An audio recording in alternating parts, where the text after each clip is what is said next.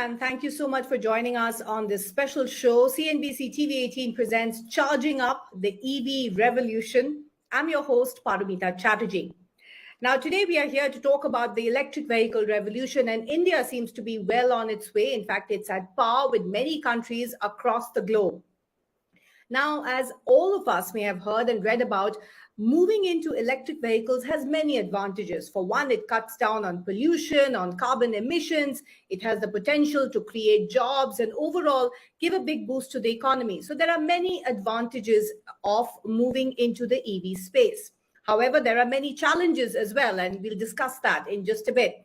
But recognizing the necessity of such a transition, the government has come up with policies that act as tailwinds to the evolution of the sector. As a result, we are seeing a flurry of investments led by many new age startups as well, and even the big legacy players are waking up to this opportunity and the scope for this market to grow. Hence, CNBC-TV18 is presenting this thought leadership series where we will be exploring on how to charge up the EV revolution. It's a series that aims to bring the who's who of the industry to discuss and deliberate on what lies ahead for the industry and how we can make India into a global hub for electric vehicles. So let me introduce you to our power pack lineup of panelists with us on the show. Starting with BVR Subbu, who's the well-known auto industry veteran, former president Hyundai India, and he's also an independent board member with Ola Electric. Anil Kumar, he's the CEO of Red Seer Consulting, which has done a lot of work in this space. Avnish Bajaj, who's the founder and MD of Matrix Partners India, and they have, in fact, already put their money where their mouth is and invested in some interesting companies in the EV space. Randhir Singh, who is Director Electric Mobility at Niti Aayog. So gentlemen, thank you so much for joining us today on the show. Mr. Subbu, let me start with you. And, it is said by some that perhaps India is at a sweet spot as far as the electric vehicle revolution is concerned, because there's the right combination of government policy, the current economics with crude oil prices ratcheting up the way they are. It seems to be a very fertile ground for EVs to really grow in the country. What's your assessment at this point in time? I think India is poised to see the EV space is poised to see a significant growth in India, not merely in the private vehicle space, the private mobility space, but in public transportation as well. What you saw as a startup, you had situations where you had the mopeds coming in, and you had the e-rickshaws coming in, let's say a decade back, and they have slowly given way to more advanced, more technologically competent vehicles. And what you have today is a slew of products which today are global standard products, manufactured in India. There are, I would say, in terms both in two-wheelers and in four-wheelers, you see this trend. And this is bound to grow. And I expect, I wrote about this some 5 years back, and I forecast at that time that you were likely to see 10 million two-wheeler EVs being sold every year by 2025. I may have been a little, maybe a little optimistic on that, but I wouldn't be too far off the mark.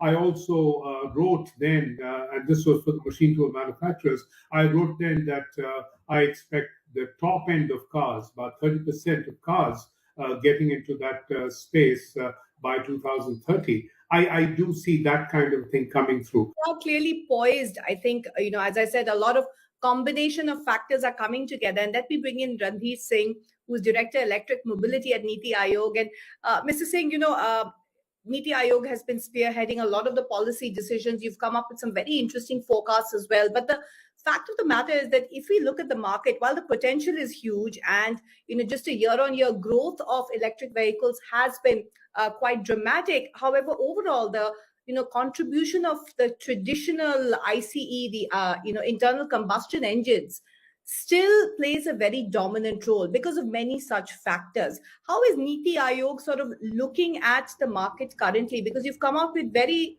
sort of different scenarios for the market looking ahead. Let me first start with quoting a World Bank report, which says the deep economic transformation of India will be accompanied by rapid growth in passenger and freight demand and requires transition to more sustainable transport solutions. And transport demand is expected to increase by 2.7 times over 30 years. In this context, e-mobility is definitely going to play a major role in India's transport transition during this decade. At the national level, Niti Aayog is leading the mission on transformative mobility and battery storage to promote clean, connected, shared, sustainable, and holistic mobility initiatives. Nonetheless, from the market penetration perspective, we have reached the 2.6% market share scenario in automotive sales from the electric vehicle side, but still a lot needs to be done. And the study reveals that by 2030, in business as usual scenario, 27 million vehicles and 69 million in the alternate scenario with an accumulated capital expenditure of 158 billion US dollar will be the size of the EV market. Now, there are few important things to accelerate the adoption at scale. And these three main factors are the competitiveness compared to the internal combustion engines, access to charging infrastructure, and the very important one is access to financing. So now, right now, the cost of efficiency of EVs relative to ICS as measured by the total cost of ownership over the vehicle lifetime, it varies significantly across vehicle and the market segments. These are mainly driven by the typical operating range, particulars of each city, attractiveness of the IC alternatives, and access to dependable charging infrastructure. This requires major new investments, which are of course slowed by complex coordination and the challenging economies given current low EV penetration. So it's a chicken and egg problem, which everybody says. It's essential to spread the higher upfront cost of EVs over time and align the cash flow associated with it. So clearly the potential is there. Customers are waiting, but as you mentioned, infrastructure, that's been an issue. Who's going to fund that infrastructure? But yet we have, private investment coming in, and let me bring in Avnish Bajaj of Matrix Partners. And Avnish, you were one of the early players in this space, and you identified the two-wheeler space by making an early startup investment in Ola Electric. I mean, how do you see the sort of business dynamics currently when it comes to the EV market? Because there is a lot of money, a lot of investment which is required. All of it can't be funded by the government. And you as a private player have chosen to invest. So what are those business metrics or dynamics which have prompted you to do so, wherein you see the potential on return on investment? To your point on us investing in it, the belief was always there. I think it was a question of the time frame. And if you ask me, the first 2 years was slower than we expected, and the last 2 years has been faster than we expected. And my guess is the next 5 to 10 years, we may all get surprised on the upside of how this will play out.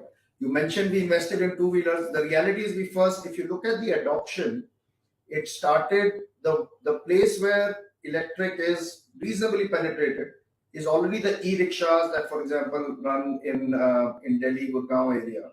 So there's that piece. Then there's the question that Mr. Randev was also saying about battery infrastructure. When you put it all together and you put it in context of India is one of the largest two-wheeler markets in the world, with 20 to 25 million two-wheelers already being sold. And if you look at anybody, we would know people in our circles, if you look at their usage of two-wheeler, they would, a range of 100 to 150 kilometers in some cases. In Ola's case, it has hit 200 kilometers. That's more than enough. And the need for charging is as simple as plugging it into your, outlet at home. So that's why that adoption is likely to lead and the chicken and egg issue being less of an issue between charging infrastructure and adoption. Now, as it comes to cars, as it comes to the range, will always be important. We all drive cars longer than we drive a two-wheeler, but also the kind of charging infrastructure will be required will change. So I think part of it is very large market, excellent push by the government and policies coming out of, thanks to Niti Aayog and the government, excellent push there, and I would argue reasonable level. What is underappreciated is the level of pull from the customers. Let's talk a little bit about that, because we really want to go over and understand how can we move over this hump, because you're talking about customer pull. I mean, I've been on the fence when it comes to buying an EV because of some of the matters you just mentioned, the infrastructure. Where am I going to charge the car? What if it runs out of battery? Then you fall back on hybrid, and that's neither here nor there. So, Anil Kumar of Red Seer Consulting. Anil, you've analyzed this market. Do you agree with what, Avnish just said, which is that the two-wheeler market is already it's an easier market to evolve and grow given their infrastructure requirements? What's your assessment of how this market is likely to grow, and what is the biggest constraint as per you? Just sort of taking a step back, if you look at the electric vehicles, right? So there are multiple segments within that, right? So you have two-wheelers, you have more of commercial vehicles, you have some of the four-wheelers and passenger vehicles, and all these three cohorts actually have a slightly to extremely different set of drivers and pulls and asks from EVs. So in terms of the way the adoption would be for each of these categories would probably be very different, both from a supply side, demand side, technology, from government. So definitely there's a different application which needs to be there for each of these sectors. But when you look at the two-wheelers specifically, right? So in our mind, basis whatever research we have done, we believe that the adoption of two-wheelers is going to be pretty rapid. And I would say that, as Subbu was saying, that 2025, 10 million probably looks a bit on a higher side. I would say probably it's not going to be very off, because going by multiple researchers and our own research, we believe that by 2030, which is just about 8 years from here, practically 80% of the two-wheelers you would see on the road would be electrical vehicles. So from two-wheeler point of view, 80% of that would be electrical vehicles by 2030. The adoption on, of course, commercial and the passenger vehicles would be lower, probably about 30%. But if you just put the maths together, we're talking about something about 100 million vehicles which are on electric vehicles, which would be there on the road by 2030. So that's, I think, right, pretty massive. Just from a customer's perspective, we believe that there have been a lot of small and big improvement areas which have happened, right? From the range anxiety, from availability, from safety. We can speak about it a lot more in detail, but I think today's customer is a lot more comfortable buying this, and we see this only going to grow exponentially over a period of time. CNBC